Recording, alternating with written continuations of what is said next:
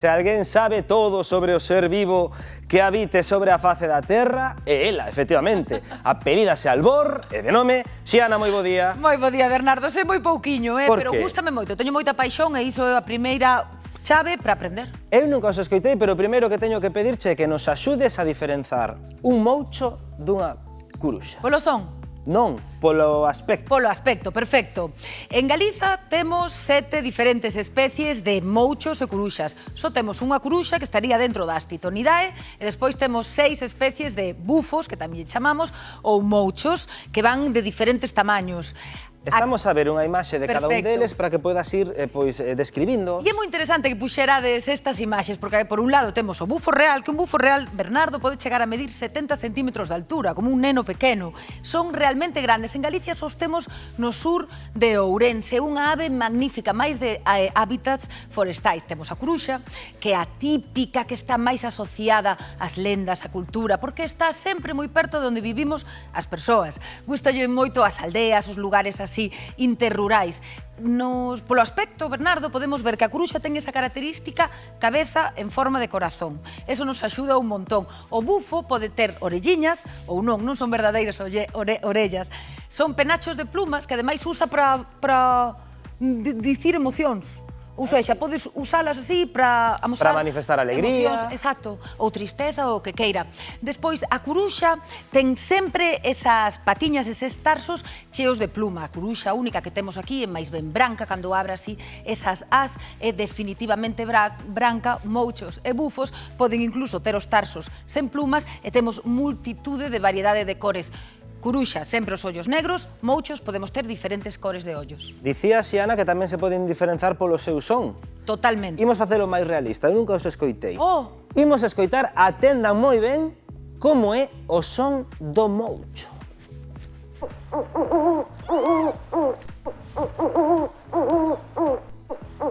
É bonito.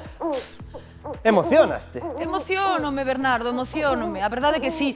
O bufo real, o moucho, ten o típico ouleo de sempre, o de é un clásico. Aquí seguramente estea chamando a parella. Vale, pois quedamos con este, pero para comparalos e saber distinguilos, así é o son do moucho, atendan agora porque así soa unha curuxa.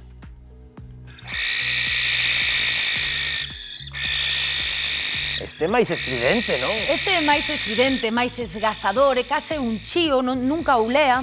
A curuxa ten este xeito de chamar e eu entendo que por iso tamén tivera esta asociación coas cousas malas.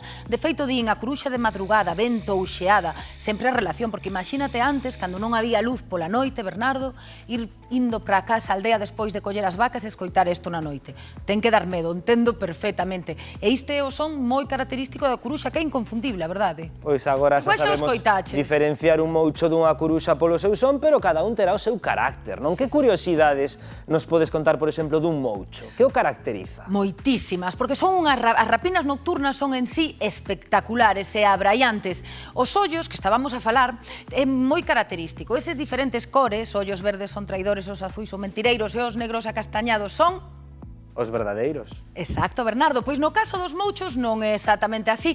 A cor dos ollos vai axudarnos a saber cando lles gusta cazar, polo día ou pola noite. Están dirixidos cara a frente, como os depredadores en xeral. Sabemos, por exemplo, o lobo ten os ollos cara a frente, a presa, a gacela, os ten aos lados. Nos mouchos, sempre para frente. Eso xa nos di que é un cazador potentísimo. Sen embargo, a súa cabeza? A súa cabeza pode xirar tipo a nena do exorcista.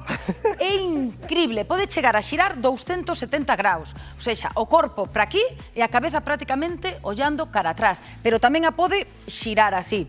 O seja, é unha locura, un rollo lisérxico absolutamente increíble. Pero as súas orellas, Bernardo, son asimétricas. Unha está máis arriba ca outra, non en todas as especies de bufos, en algunhas. E isto lles axuda a distinguir, mesmo un rato movéndose debaixo da neve. E que fai coas súas presas, unha vez que os distingue? As devora e as traga enteiras, porque non ten dentes para mastigalas, e iso axúdanos, porque despois, como traga as presas enteiras con pel, con dentes, con pelo, expulsa o que se chama unha egagrópila, que é algo moi común das rapinas nocturnas. Son como bolas dos restos do animal que non lle gustou, e iso ti podes ver exactamente o que consumiu a rapina nocturna. Escoitámolo cando voa ou é bastante silencioso? Absoluta e totalmente silencioso. Son unha unhas aves perfectamente adaptadas á noite, son as mestras da adaptación nocturna.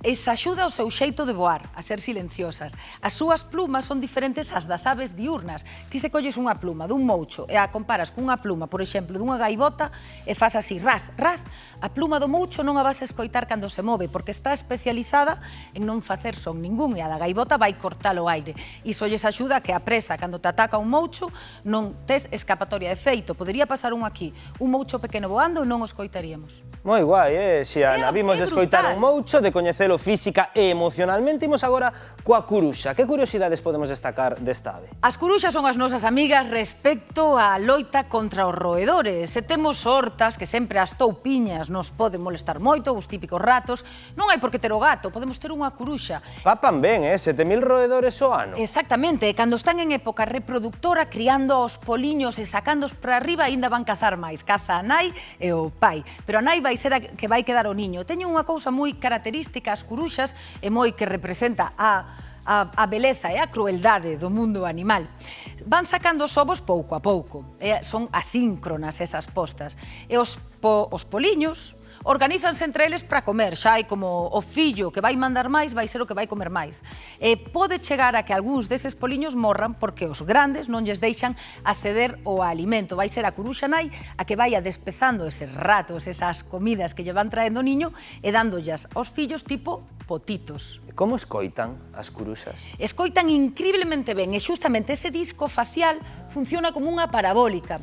É como se te puxeras, se queres sentir o que sinto unha curuxa, podes te poñer as mans así e escoitar, aínda que ás veces temos que facer así, porque hai cada cousa para escoitar que non vaga a pena. Pero neste caso, a curuxa ponse así, e ese disco facial lle axuda. Se ves o cráneo dunha curuxa, xa vas ver que son animais perfectos para escoitar increíblemente ben. E veña, temos que protexer moitísimos esas igrexas abandonadas, esas casas, porque aí é onde a curuxa vai criar, non fai niños, simplemente ponse nun lugar e bota os polos para adiante. Que bonito. Son moi bonitas. Xiana, que tema máis chulo nos trouxeches hoxe. Preparas ao seguinte, vale? Vale. Un placer. Meu.